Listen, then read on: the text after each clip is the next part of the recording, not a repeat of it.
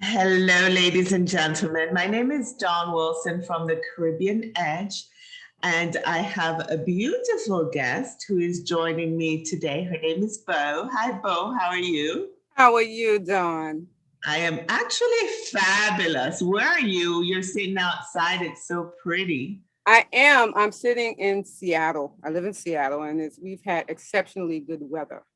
It, for the past week and a half, I don't think it's rained at all, and that's not normal for us. So, Oh, wow. All the rain's coming to Florida. It's hurricane season for ooh, us. So we've had probably 2 days of sunshine, which is really, really good. This is our rainy season. So it allows us to be outdoors. So it's refreshing to see you outdoor. And I invited Bo on this show to talk about Against All Odds. So we're featuring ordinary people that have just gone through some wow, a journey like none other, and how they actually survive.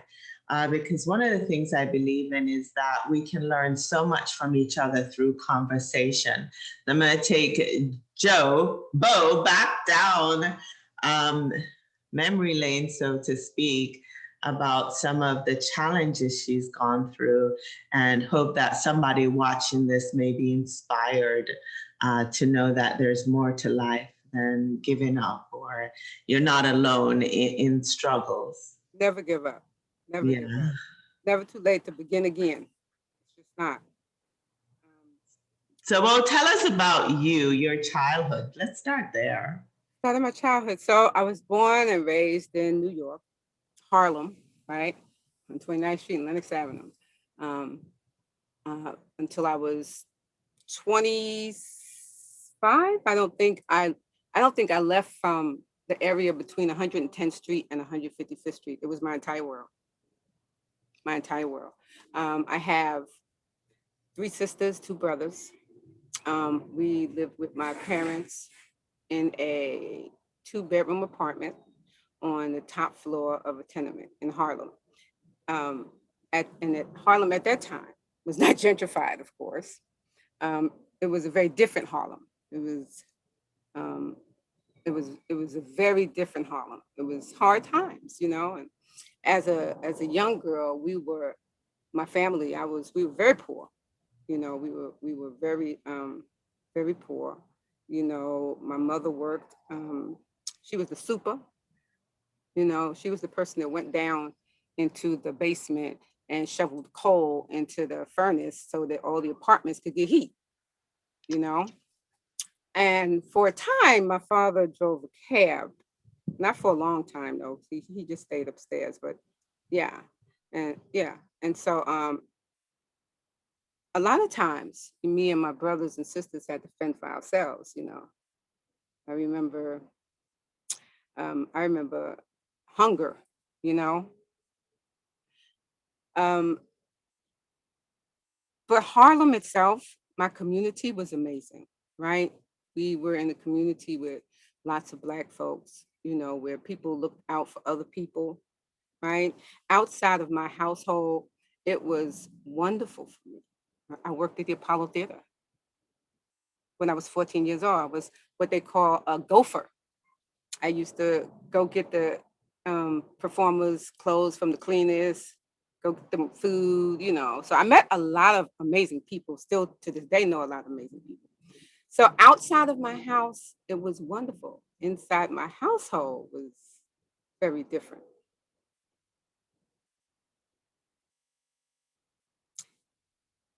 You want me to keep going?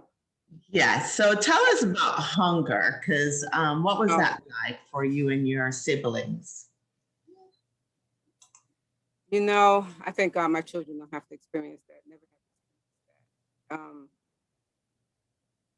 that. Gut wrenching to not have food, you know, to have to go to bed at night with an empty belly, you know, get up in the morning with nothing to look forward to, right? Other than the breakfast they give you at school, right? Elementary school. And it was shameful because all of my friends knew we didn't have food. If not for the lady next door, Miss Katie, we would have been hungry a lot of days. and my father he was cruel. So it wasn't like there wasn't food in the house.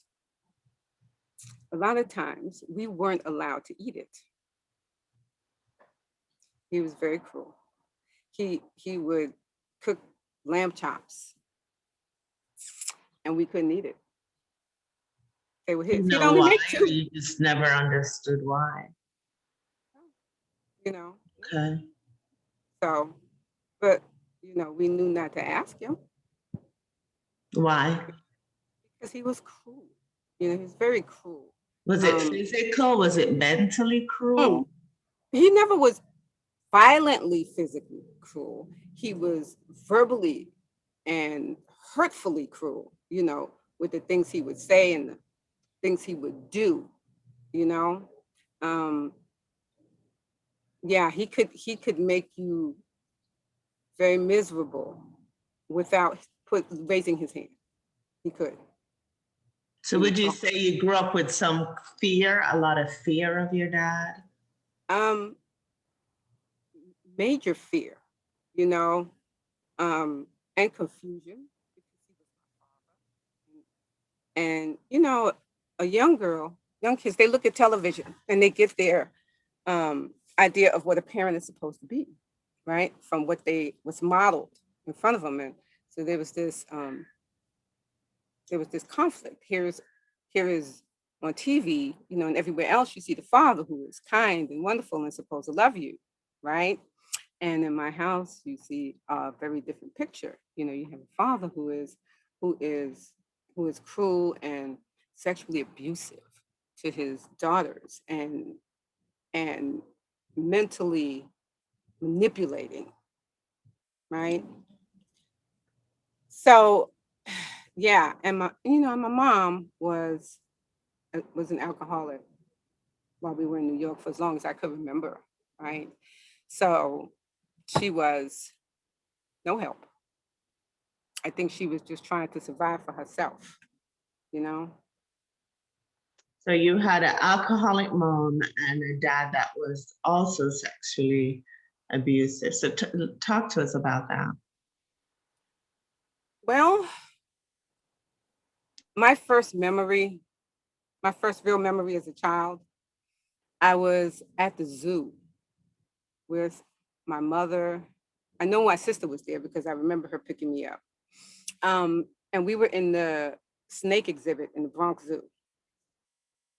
And they told me that I screamed. I just screamed about the snake. I just screamed.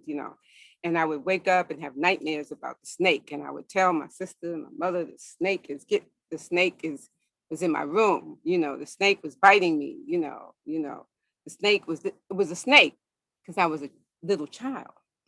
As I got older, I realized it wasn't a snake. It was actually my father, right? Um, and it went on till I was 14 years old. You know, the cruelty of it, the mental manipulation of it was that, you know, I often think about this. I thought about this when you wanted to interview me. What it is I would want a person to understand about that. For a long time, I felt very guilty and ashamed. You carry shame with you when sexual abuse goes on for so long because you think there's something wrong with you because your body will betray you, right? You've been groomed for so long, right? And you're having explicit sex, right? And you are a child, sorry. You are a child. There are times when your body will betray you, right? And that's such a conflict in your head, when you feel like this feels good, right? So what's wrong with me? What's wrong with me that this is okay, right? And there's so much shame around that and you carry that for years until you realize it's not your fault, you know. It's not your fault, it's just your body. And wicked, the wicked mental manipulation that got you to that point. there was this ritual routine that went on in the house. Um, every morning, well, every evening, it was not every evening, most evenings, you know, I would not want to go to sleep because I knew that our father would be in my room.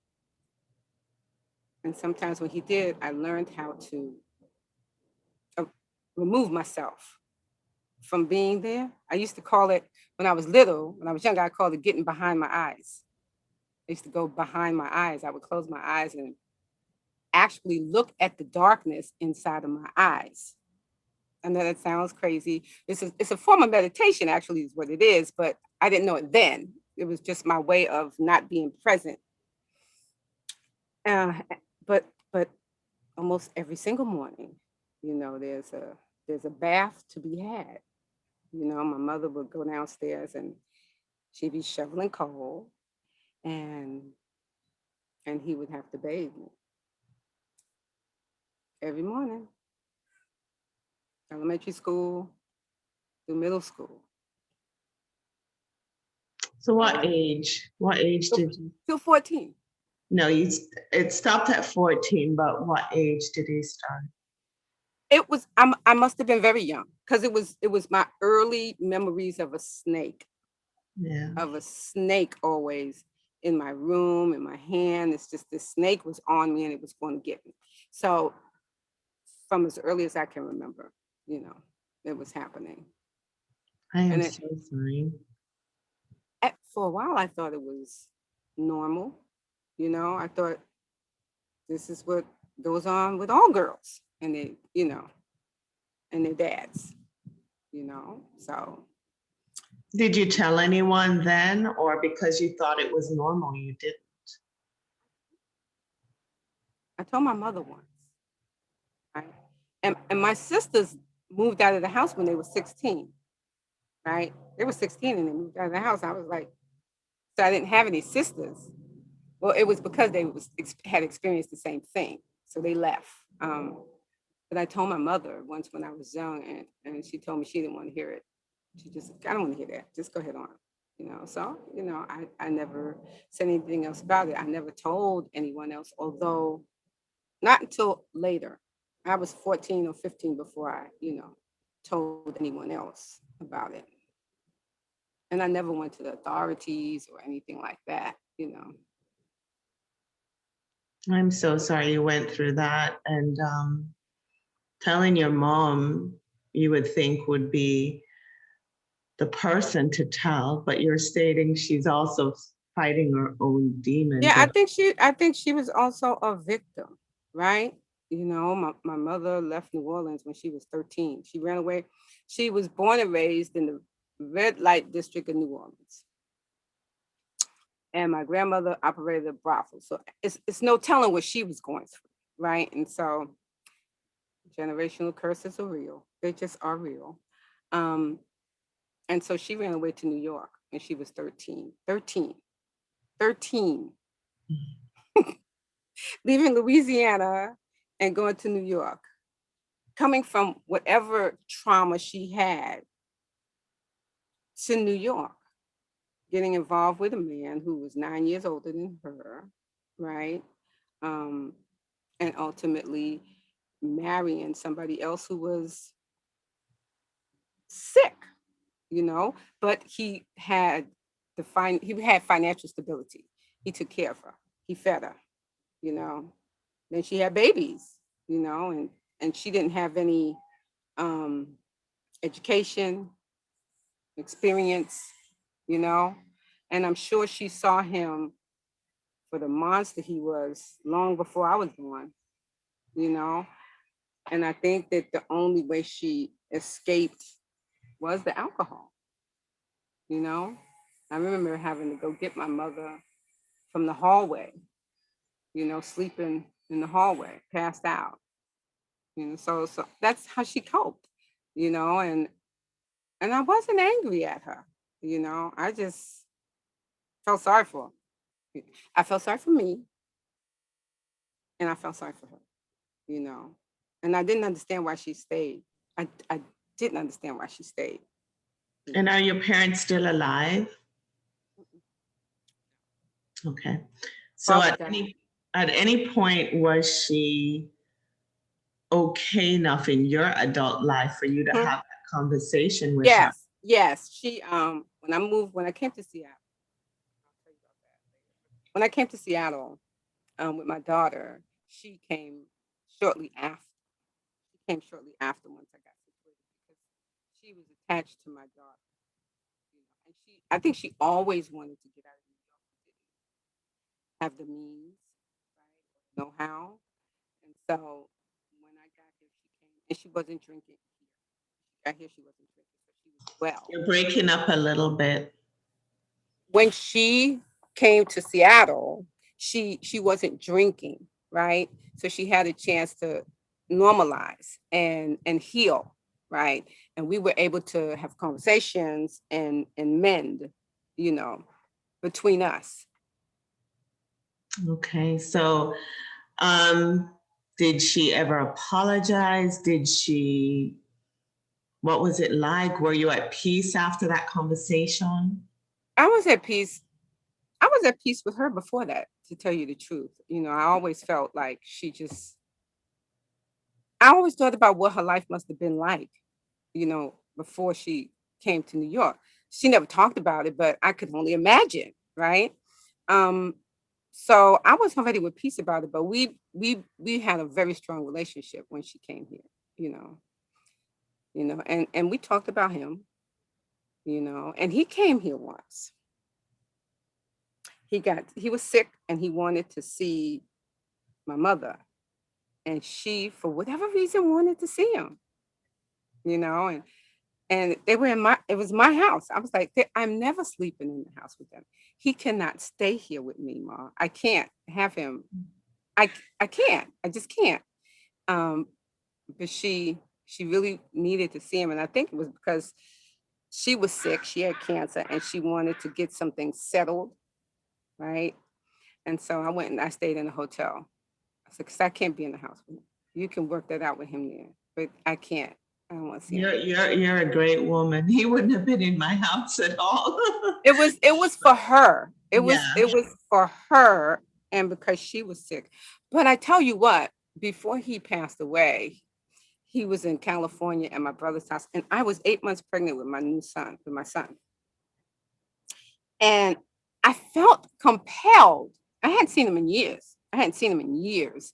And I felt compelled to go and give him the opportunity to repent, you know, for him, to tell me that he's sorry, right? Because I thought I came to grips with it at the time. I hadn't. I needed therapy, um, but I went and I sat with him and I told him, I said, I want to forgive you for what you did in your life and the way you were, and you know.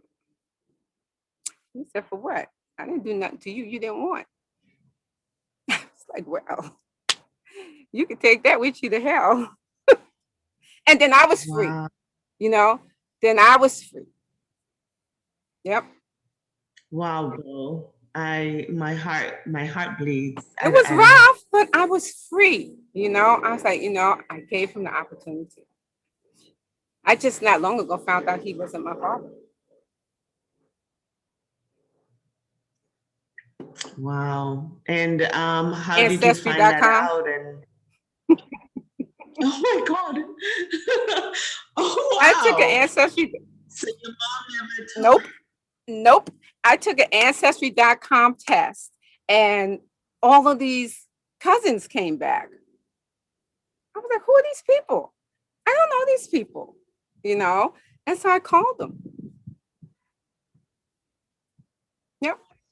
Wow. So you found it. Oh, I'm shocked. Okay. So at 14 years old, let's go Hmm. back a little bit. You left. Did you I run didn't leave till I away? was Did you 15. what? Yeah, I 15. stayed in the Okay. house for a year, but he never touched me after that. I forbid it. I forbid it. I just did. You This is just not said happening no. ever again. You're not putting your hands. And I became very disrespectful. I had no respect for him, so I would cuss him. And he was an old man too, so, and I was a bigger girl, it's like, I could push you down these stairs if I wanted to. What you're going to do is leave me alone. Yeah. And then a year later, I took up with this man who was the drug dealer in Harlem. I was 15, he was 31, which is a whole nother form of abuse, right? And being victimized, So, but he got me my own place. He got me out of my father's house, right? Put me in an apartment, kept food, stocked. I thought this was the life, And he was married, so he wasn't living with me. So I had some remnants of freedom. I had money. I had, but he wouldn't let me go to school. No, he wouldn't let me go to school. Told me I didn't need it. He just wanted me to work with him, So do you look at that as a form of him controlling you? Not at the time. Yeah. Not at the time. I just thought, yeah, I don't have to go to school. I can sell these drugs. I can make a lot of money. I have mink coats, diamond rings, So what happened with him? I got pregnant. I got pregnant when I was 18. And I don't know what it was.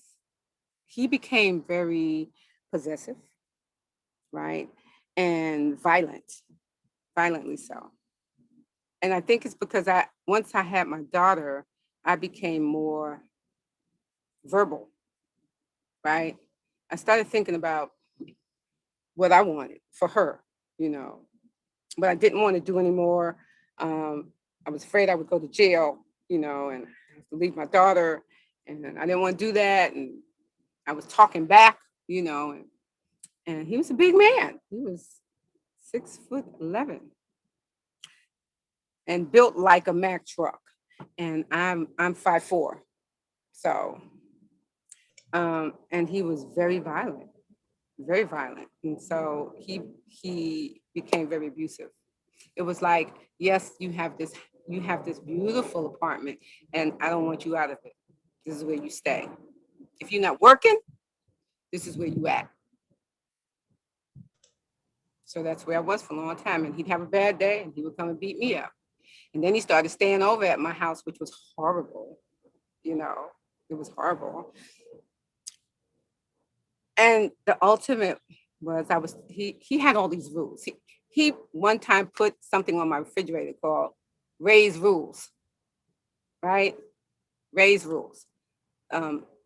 Unbelievable stuff. But one of them was, never let me call my house and the line is busy. Never, right? Never. So I would wait for him to call, and anybody else that was calling me, I would tell him, just say it quick and come over. Say it quick, because I have to get off the phone. Because I didn't, and he heard me on the phone. He came in the house, came in the apartment, and I was on the phone one day. And he said something to me, and I don't know, I was just irritated, and I talked back. And he hit me. I remember him hitting me, but I don't remember the rest. I remember waking up in Harlem Hospital, and my eye was really messed up. You can actually see it now. One is different than the other. It was really messed up. My lip was, and my jaw was cracked. It was bad. And my girlfriend told me, she said, he drug you down the stairs. The ambulance came and got you from the bottom floor in the hallway before he stopped and left. And I didn't even remember most of it. I don't remember. I remember him hitting me in the apartment. How I got to the hospital or downstairs, I didn't know. I must have blacked out in the apartment, and he just continued. And so after that, I I didn't have an education, right? I didn't have a job, a regular job. So I was like trapped. I felt trapped, right? My mother was still in New York, but she was still drinking, so there was nobody who was coming to rescue me, right? My brothers were in New York, but I was afraid that if they knew everything that was going on with me, that he would hurt them, right? Because he was kind of a powerful man. And so one day he called the house. I was talking to my mother on the phone, and he called right behind that. And he said to me, my line was busy when I just called you. And when I get there, I'm going to kill you. And I believed it. You know, I believed it. And I panicked because my daughter is there. So I picked her up. I went in the room. I took all the money out of the box that he had. It was about maybe $1,400. It wasn't a lot of money. A lot of money for then, but not a lot of money for now. And I went to LaGuardia Airport and I asked for a ticket to California, to Los Angeles. And there wasn't any more flights because it was like 5 o'clock in the evening. And I said, I need to go close to Los Angeles. They said, well, we have a flight to Seattle. You could take the flight to Seattle. And then the next day, you could, catch a flight from Seattle to Los Angeles. It'd probably be cheaper for you to go because it's closer. I'm like, fine. I figured I could go to Seattle, stay in the hotel overnight, get to California. I didn't know nobody in California either. So I didn't know nobody in Seattle. It didn't make a difference. I just needed to get out of there. And I didn't pack a bag. I didn't have a stitch of clothes for me or my daughter. By the time I paid for my airline ticket, I had about $700 and some left when we landed at SeaTac Airport. So let's back up for a little bit. When he beat you to a point where you're blacked out and you go to the hospital, you went back to him? Where else could I go? I don't know. There was nowhere else to go. So he wasn't arrested, he wasn't charged, there was nothing. So what did he say to you? Did he like apologize and you just forget him? No? Mm-mm. Okay. I just need to learn how to keep my mouth shut.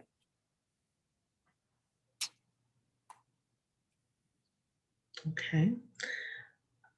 All right. So now you're in Seattle. It was awful things. I just,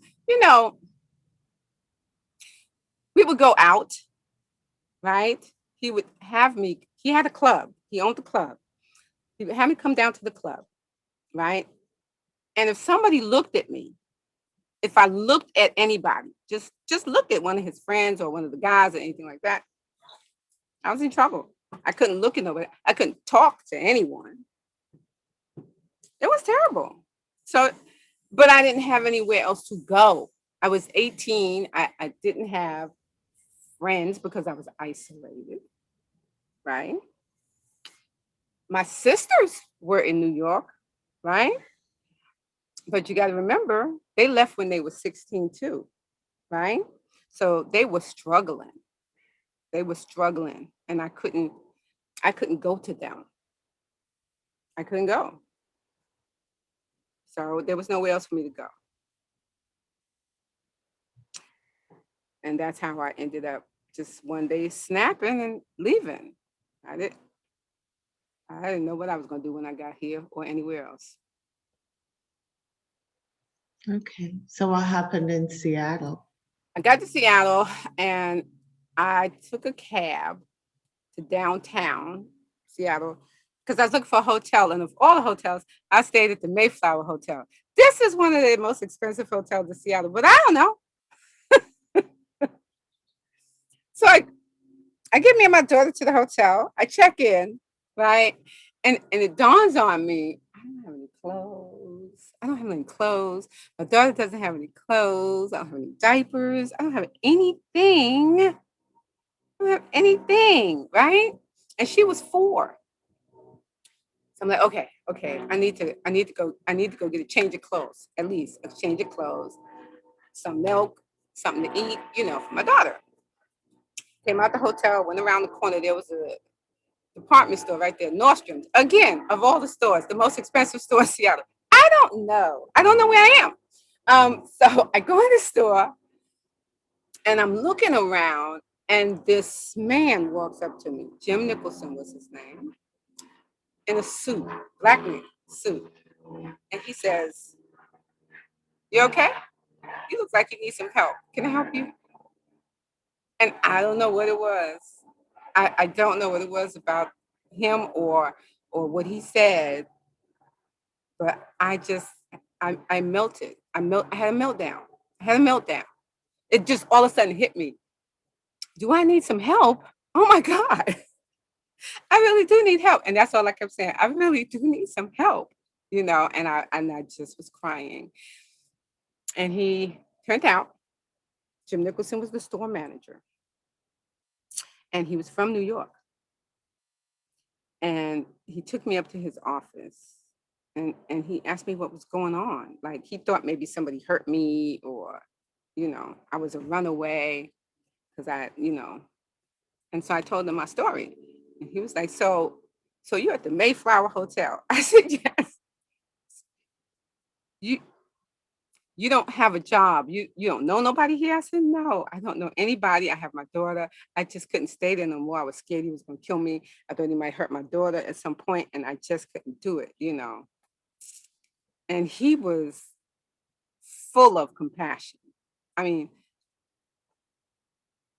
I think that was a turning point for me. I think Jim was a turning point for me.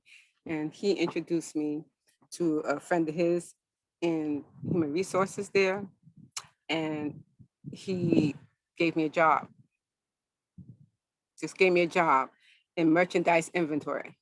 Didn't take a lot of knowledge. You just, hand-eye work. So I had a job. Like I had a job, you know, and Lisa took me back to the hotel. We went to eat. We went to feed the baby, and we ate. Took me back to the hotel. She gave me the number to the shelter. She said, you're gonna have to stay. Here's how it works in Seattle. You can get public housing easily, but you have to be homeless in a shelter at the time, right?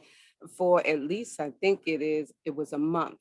You don't have to stay there all day and all night. You just have to check in the evening and sleep there, right? So Lisa, I would leave my daughter with her in the evenings, right, at her house, right? And I would go there at night and sleep and get up in the morning and go to Lisa's house, change my clothes, take a shower, and go to work with her, right? Take my daughter to daycare, and it was fine. And that's how I got in an apartment. And I think what happened about 5 years after that, Jim Nicholson passed away. And Nordstrom's, which is a very racist store, right? It became very difficult for me to work there. And I left, and I didn't have a job. And so I took a job in a club called the Hollywood Underground. I took a job in the club as a waitress, and then I became a bartender. And the gentleman who owned the club, who later became my son's father, it was almost like deja vu. It was almost like the same thing. So here's this guy. He owns a club. He is married, and here I am in the same situation, you know, helping him sell drugs, right? Um, and I was making a lot of money, and I was making a lot of money. Um, I knew a lot of people in Seattle. Bought a house down by Lake Washington. Um, but again, once my son was born, I began to worry about my lifestyle, you know, and and I broke up with the guy. So now I'm on my own. I'm doing these things, and of course, I got arrested. I got arrested. I got caught, really, really caught. I was driving a car that I was gonna buy. Now I didn't have a license. I didn't own the car, but I had a lot of things in the car with me, right? So when they stopped the car, because I'm sure they targeted me because they knew who I was. But when they stopped the car, the car was filthy with paraphernalia and everything, all types of drugs. And so I went to jail. My defense was I was going to buy the car. It wasn't my car, right? I didn't know it was in the car. That was my defense. It would not have ever worked. It wouldn't have worked because it was too much. But here's the rub. Here's divine intervention at its peak. I'm in jail reading the Bible for probably the first time ever. And I go into the courtroom, and the judge, Black judge, happens to be the father of a young lady who was a friend of mine. I never knew he was a judge. I've been to her house a million times, never knew he was a judge. And when I saw him, I was like, oh my God, it's so embarrassing, you know? And I thought he's going to recuse himself. He can't, because he knows me. He can't, sit in judgment of him because he knows, but he didn't. He didn't. He acted like he didn't know me at all. Right. And we went through the trial. And he sentenced me, right? For what I had, I should have gotten 10 to 25 years in jail. Probably would have did half of it, but still, Instead, he gave me 5 months probation and time served. So the 8 days that I was in jail waiting to go to court, plus 5 months on probation was what I was sentenced, right? Gave me a stern talking to, in court, Still didn't let on that he knew me, He said, I would let you leave here today, but you don't have a probation officer assigned to you yet. So you'll have to go back to jail and wait for them to assign a probation officer, which could have took 2 to 3 weeks, right? Divine intervention right there. This woman turns around, really short, really skinny, blonde-haired, hillbilly, hick type woman. Totally opposite from me. Totally opposite. I mean, she says, she looked at me and she looked and she looked and she said, I'll take her. And I'm like, is she a probation officer? Because she's got on jeans and boots and she, in court. And she signed the papers, told me to come report to her on next Tuesday. Gave me the card where I need to go. And I was free to go. I was free to go. Like, I couldn't even believe it. I couldn't even believe it. Now, Judge Johnson wore me out when the next time he saw me at the house. Oh my God. Yeah.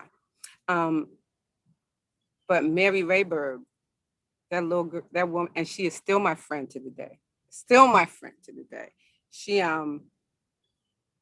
got me right. She did. She got Where me were right. your kids throughout this? Where were the children throughout this? My son and my daughter was older by then. She was 14. And my son, who was by Lonnie, the other guy who owned the club, he had my son. He had his son. And my daughter, went back and forth from our house to my mother's house, because my mother was living here by then, right? So. Okay, so Lonnie, and then you have the somewhat of an angel that comes to your rescue. Right, and so I get out of jail. I know I'm not selling drugs no more, so I can't afford this house. First off, this house is on the lake. I can't afford it. So I had to sell the house, and then I got on Section 8 because I'm not working. I can't work. I have to be in the house, right? I'm on probation.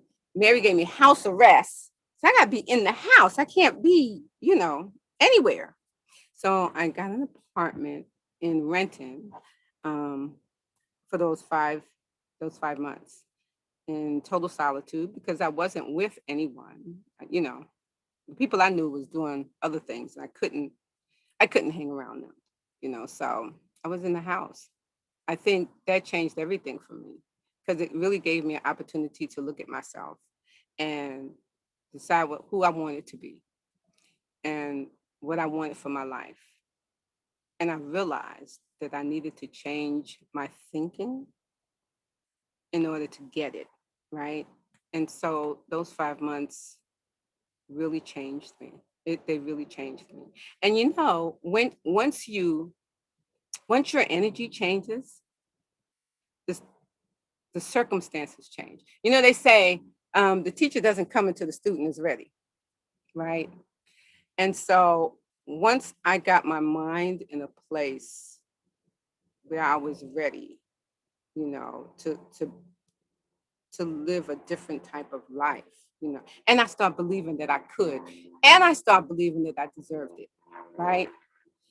Um, and I realized my worth, that I wasn't what happened to me, right? That I could be who I wanted to be. And I didn't have to just always be, you know, that victim. I didn't have to be that. And things changed. It was fairly quick, to tell you the truth. Um, my husband, and I had been friends with him for years, even while I was selling drugs. I was friends with him. We were friends. I would never even entertain the thought of marrying him. He was such a good guy. He went to work. He worked for the city. I'm like, I'm not into him. You know, I like bad boys. That was my thing. He's just, and and he came to visit me one day, and I was like, wow, this guy. It was very different. You know, And we got married, and I got a job with the city, right? Which I could never have gotten if Mary Rayburg, my little probation officer, looked out for me. She looked out for me when they ran my background check. I kept saying, they're not going to hire me because they're going to see I'm a convicted felon with a VUSCA. They call it a VUSCA, drug trafficking. They're never going to hire me. They're never going to hire me. I can never work for the city, you know. But it never came up, and I couldn't understand it. I couldn't understand it, right? And Mary told me that she had my record expunged because I served my time, and I did well, and she believed. She said, I believe in you. So it's closed. Now, if you ever get arrested again, it'll count, right? It'll count against you. But as long as you're okay, you could just go ahead forward. And I learned after that, to get your record expunged, if you wanted to do it, it would cost you a great deal of money. You would have to get an attorney, and they would have to, diligently do all this paperwork to get it expunged. Amount of time has to pass for it to happen. And I didn't have to do any of that. I didn't have to do any of that. And so then I worked for the city for a while. Me and my husband, we had another baby. Then I was raising my granddaughter.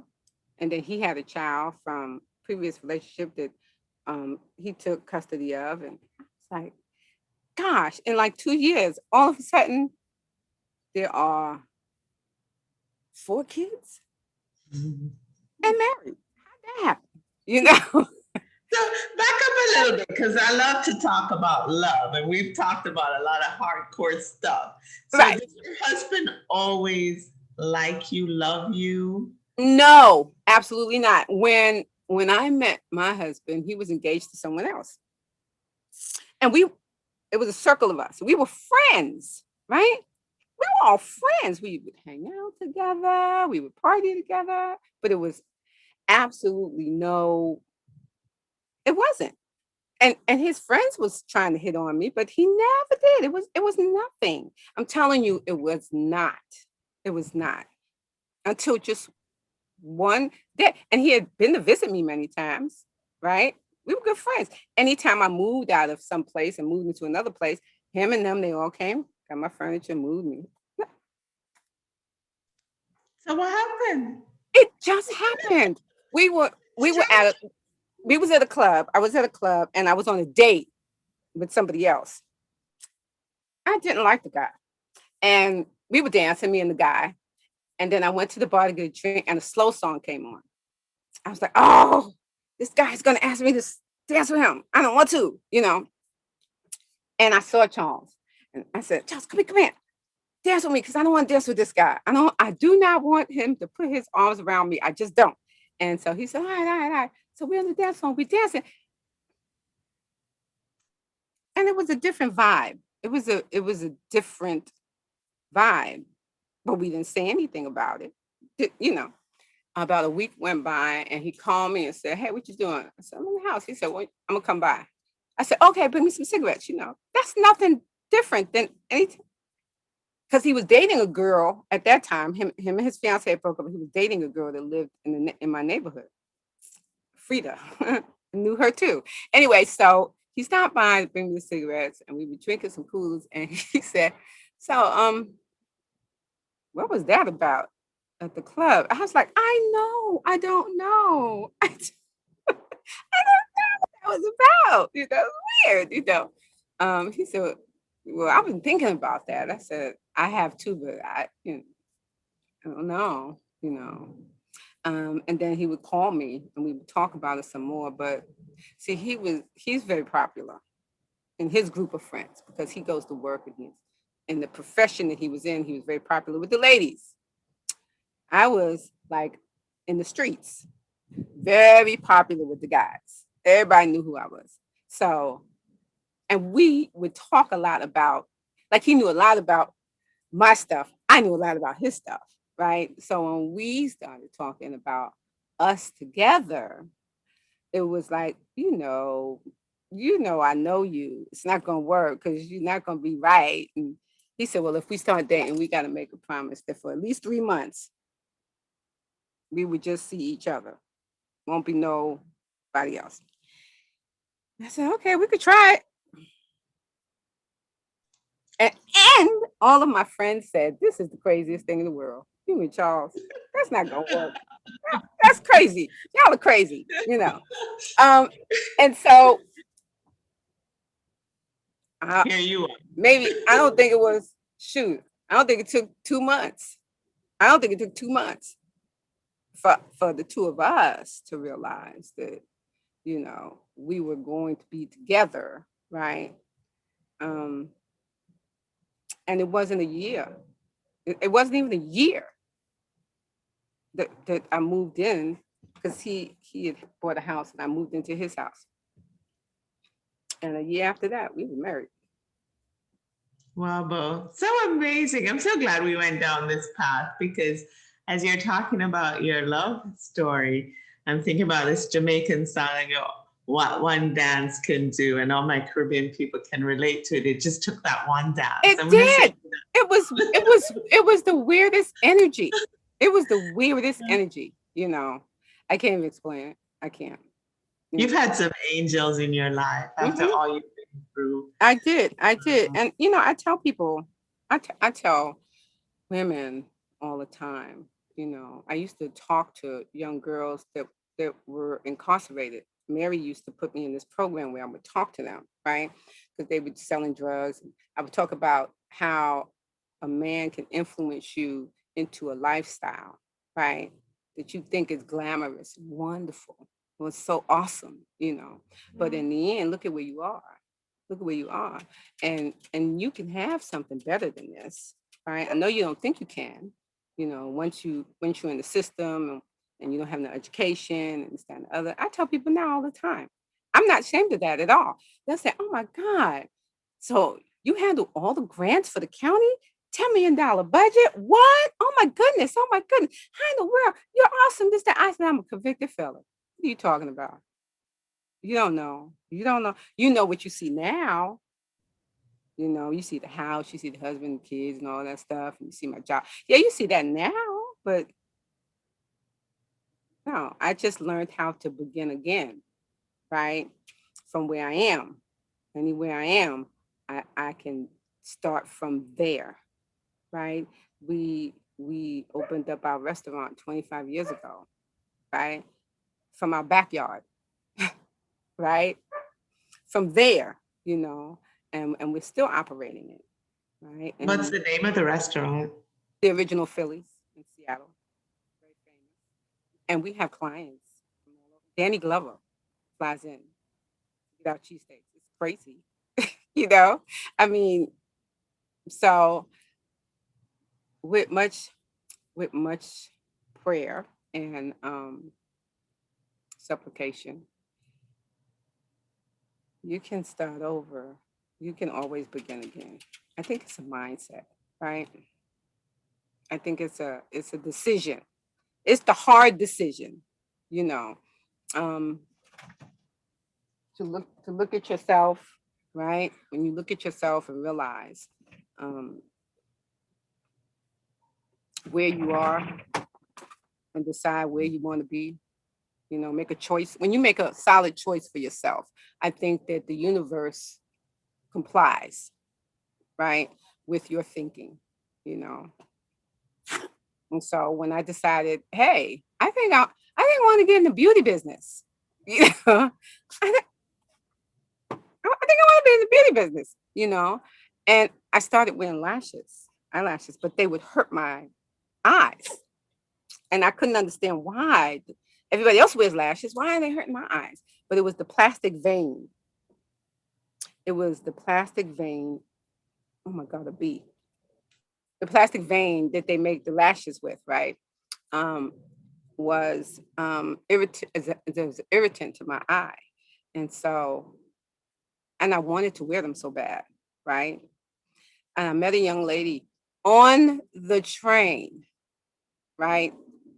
And we just started talking. She had on lashes. I was like, they're beautiful, but I can't wear them. She said, why not? I said, because my eyes and this, that, and the other. She said, you can have them made. You can have them. It was a bee. You can have them made.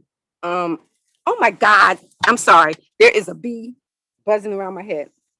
I'm sorry. I'm outdoors. There is she said there's a way you can make them with just a cotton band, right? And they won't hurt your eye.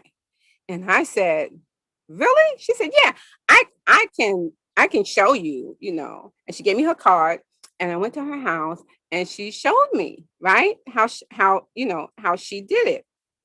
I was like, okay, I want to make some. I'm gonna make some, right? And so she showed me how, and she made me a pair, right? And then I learned to make a pair, and I would wear them. I was like, oh my God, these feel like heaven. I don't even think I have lashes on. And everybody would ask me, where'd you get them from? Like, I know, right? I made them. That's crazy. It's just crazy, you know. I made them. I designed them. And people asked me enough. So I said, you know what? I wonder if I could get this mass produced, you know? And then I met a young lady who did business in Thailand. And she said, you could get this mass produced at a really low cost.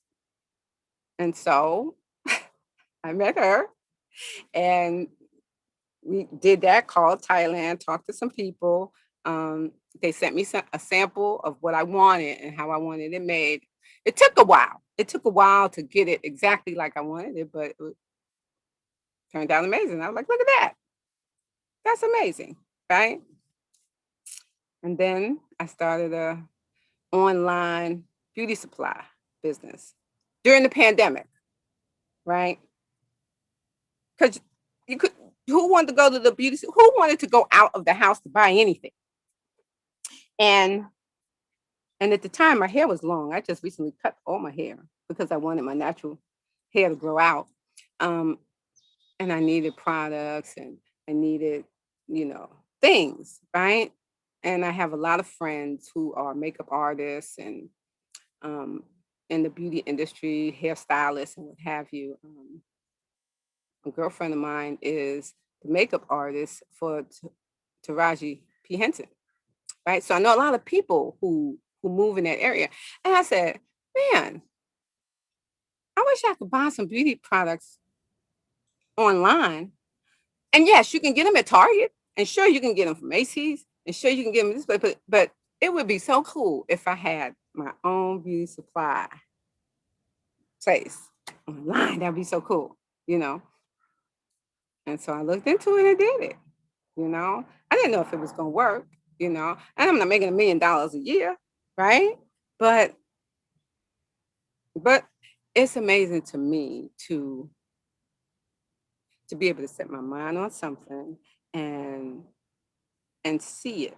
Like it's like birthing something, right? And anything that is here was a thought first, right? So, Absolutely. I love it. It's so inspirational because you took a chance on you. You believed in you, and I'm sure your husband supported it as mhm, well, mhm. which is awesome because you have that support system. But so many of us don't take that chance on ourselves. We Right, get an idea, right. we don't do it, and then all of a sudden someone else is making money off it or millions. Like you see what you're doing? You see your talk show, this, that, and the other. I I told my son that I said, you know, he actually came in the room one day and I was talking with my girlfriends. We were talking about women issues, with things women past 50 deal with, right? Talk about menopause in marriage and how it affects everybody in the household. And we talk about all that kind of stuff. And my son came in the room and he said, you know what, Mom, I got something for you. And me and my girlfriend, he said, I got something for you. I said, what? And he pulled out this microphone, this beautiful microphone with it. He said, here you go. He said, next time y'all get to talking, just plug that in and record it, please. I said, why? He said, because some of the stuff y'all talk about, women would love to hear. I've been thinking about it ever since. I'm like, you know, yeah, I wonder if we could do that. You know, my girlfriend keeps saying, yeah, we could. Yeah, we could. It's like, I don't know. Yeah, you Mhm. can. I actually started this over 3 years ago, and I just had the thought. It was me and my cousin talking, and I thought about, we have so many conversations Mhm. together as people, and yet no one else was doing it at Right. the time. And I'm like, I need to start doing this for my Caribbean people and introduce non-Caribbean people to Mhm. Caribbean people. And I had this vision that we're one world, that we can learn so much from Mhm. each other, just through conversation and Right. experiences. And I just did it. I ran it by a couple friends, and we did it. And through the pandemic, just Mhm. like you, I thought about it for kids. And now I have the Caribbean Edge Kids, where the kids come on and read Yeah, you was telling me stories. about And that. yeah, we do storytelling, which is Awesome. passed down from our African ancestors, and it's just have the thought and do it. Even if you're not making a lot of Right. money or no money, you just do it, and you Well, never know. Changing your mindset, like right. you Well, the said. thing I've been really thinking about for the past couple of weeks here is purpose. You know, I'm still looking for what's my purpose, right? What is my purpose? I mean, I've been through a lot of things, but I don't feel connected to purpose yet. So I'm thinking that's coming because I'm thinking about it, so it must be coming, right? So you'll see. Well, as we get older, we're challenging ourselves more as Right. well, and with everything you've gone through on your journey, I think one of the things you highlighted is that you're able to talk to young Mm-hmm. girls or people that you come in contact with, that, where you are today is not where you've always been. And it gives some of us that are struggling with different demons, so to speak, the hope that we can get through all those difficult and challenging Mm-hmm. times. Because look at you. And then it also shows me the good that there is in people out Right. there, that they can see beyond the troubled young Mm-hmm. girl, the judge, the little hippie Mary, I Mary believe her Rayburn, name is. yes. That says, I'll take her, just some angels that have been put in your life along the way. And your husband sounds amazing because here he is, this professional guy, well known. And whatever spark that one dance did, your friendship changed Mm-hmm. into something else. And you've had your restaurant now for 25 5 years. years. And all the kids in your household, who would have ever Right. known the past and the journey that you've gone through? Oh my gosh. Thank you so much, Bo, for Oh, sharing you're this. so welcome. And I think everybody has a story, right? Everybody has a struggle, right, that they're going through. If I was to just, I say it all the time, if I was to just give We're losing you again. if I was to just give any type of word or advice or anything, is that even at my lowest point, even at my lowest point, I believed that I didn't have to stay there, right? If I stayed, it was because I wanted to. I never allowed myself to believe that I didn't have a choice, right? You always have a choice, and you can always start again. Walk out, get on a plane with nothing, and trust the universe. Yeah, that changed your life getting on that plane. Hmm.